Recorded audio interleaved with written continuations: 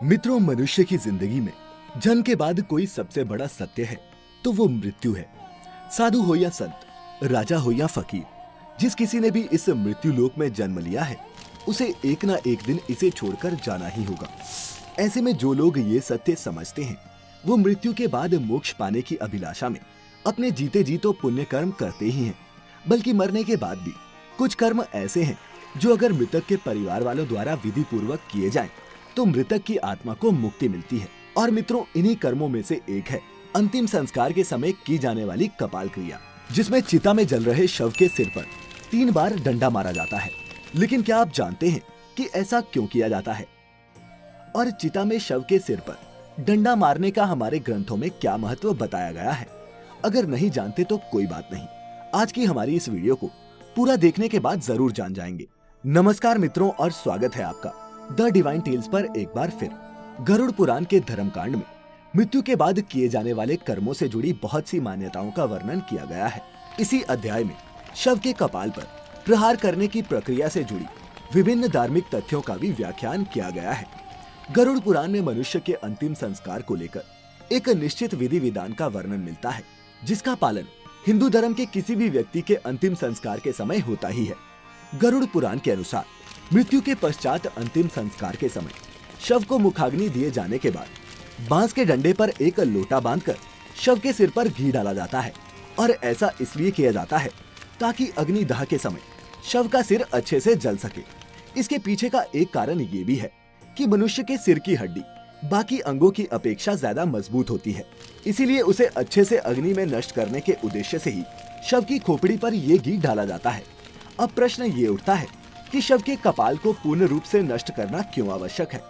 वास्तव में इसे करने के पीछे का कारण भी गरुड़ पुराण में वर्णित है, जिसके अनुसार यदि शव की खोपड़ी अग्निदाह के पश्चात अधजली रह जाती है तब मृतक के अगले जन्म में उसका विकास पूर्ण रूप से नहीं हो पाता और वो अविकसित ही रह जाता है।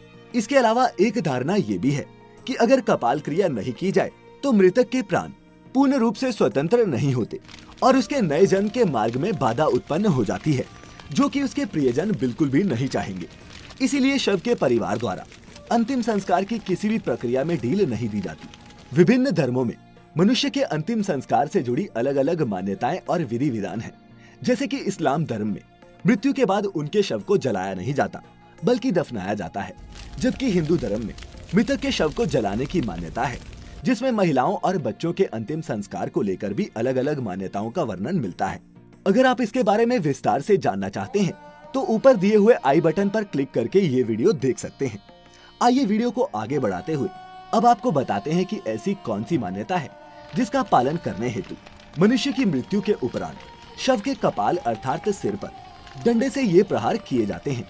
मित्रों, प्रचलित मान्यताओं के बीच एक विधि का वर्णन श्राद्ध चंद्रिका पुस्तक में भी वर्णित है, जिसके अनुसार सिर में ब्रह्मा का वास माना गया है, इसीलिए शरीर को पूर्ण रूप से मुक्ति प्रदान देने के लिए कपाल क्रिया की जाती है, जिसके लिए मस्तिष्क में स्थित ब्रह्मरंध्र पंच तत्व का पूर्ण रूप से विलीन होना आवश्यक है। इसीलिए कपाल क्रिया को अंतिम संस्कार की प्रक्रिया में महत्ता दी गई है।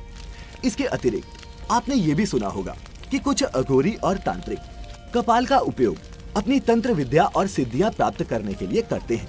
यदि ऐसा उनके प्रियजन के कपाल के साथ हो जाए तो मृत्यु के बाद मृतक के लिए मोक्ष प्राप्ति की प्रक्रिया असंभव हो जाएगी। इस कारण भी कपाल क्रिया करना आवश्यक हो जाता है। कपाल क्रिया को समझने के लिए हमें शरीर और इसमें मौजूद 7 चक्रों से जुड़े पहलुओं को जानना भी आवश्यक है, जिसमें मूलाधार, स्वाष्ठिथान, मणिपुर, अनाहत, विशुद्धि, आज्ञा चक्र और सहस्त्रार चक्र शामिल है। इनमें से सहस्त्रार चक्र को कपाल क्रिया से सीधा जुड़ा हुआ माना जा सकता है। सहस्त्रार अर्थात मस्तिष्क का मध्य भाग, इसे आप इस तरह भी समझ सकते हैं कि यह मस्तिष्क का वो हिस्सा होता है जहां चोटी रखी जाती है। यदि व्यक्ति यम नियम का पालन करते हुए यहाँ तक पहुँच गया है तो वह आनंदमय शरीर में स्थित हो गया है। ऐसे व्यक्ति को संसार, संन्यास और सिद्धियों से कोई मतलब नहीं रहता। इस चक्र को जागृत करने के लिए लगातार ध्यान की आवश्यकता होती है। मूलाधार से होते हुए सहस्त्रार तक पहुंचा जा सकता है। शरीर की संरचना में इस स्थान पर अनेक महत्वपूर्ण विद्युतीय और जैवीय विद्युत का संग्रह मिलता है। इसे ही मोक्ष का द्वार भी माना गया है। वास्तव में धर्म शास्त्रों के अनुसार जब मनुष्य की मृत्यु होती है तब हमारी आत्मा उसी चक्र से शरीर को छोड़ती है, जिस चक्र के आसपास हमारा संपूर्ण जीवन व्यतीत हुआ हो। शास्त्रार्थ से आत्मा के निकास को मोक्ष प्राप्ति माना गया है। शास्त्रार्थ से जब आत्मा निकलती है तो वो कभी कभार मस्तिष्क को फोड़कर निकलती है। और मित्रों, ये भी जरूरी नहीं कि सातवें चक्र को जागृत करने वाले हर व्यक्ति की आत्मा मस्तिष्क को फोड़कर ही बाहर निकले, लेकिन ऐसा कभी कभी होता है। अगर किसी व्यक्ति की मृत्यु के दौरान अपने आप मस्तिष्क फट जाए तो मतलब साफ है कि वह साधारण व्यक्ति तो बिल्कुल भी नहीं रहा होगा और वह निश्चित ही मोक्ष प्राप्त करने वाला है। तो मित्रों, हिंदू धर्म में वर्णित कपाल क्रिया से जुड़ी ये मान्यताएं और विधि हिंदू धर्म में विश्वास रखने वाले लोगों के लिए किसी नियम से कम नहीं है, चाहे आप इन मान्यताओं में विश्वास रखते हो या नहीं। ये मान्यताएं अप्रत्यक्ष रूप से आपके जीवन से लेकर मरण तक आपसे जुड़ी हुई हैं और इसीलिए इनके बारे में जानना आपके लिए आवश्यक हो जाता है। खैर, अगर आप हिंदू धर्म से जुड़ी इसी तरह की और भी अनूठी जानकारियों से अवगत होते रहना चाहते हैं तो सब्सक्राइब करें हमारा YouTube channel the Divine Tales और नीचे कमेंट करके ये जरूर बताएं कि आपको हमारी आज की ये वीडियो कैसी लगी। साथ ही इसे अपने दोस्तों और रिश्तेदारों के साथ शेयर करना भी ना भूलें। फिलहाल आज के लिए इतना ही। अब इजाजत दें। आपका बहुत बहुत शुक्रिया।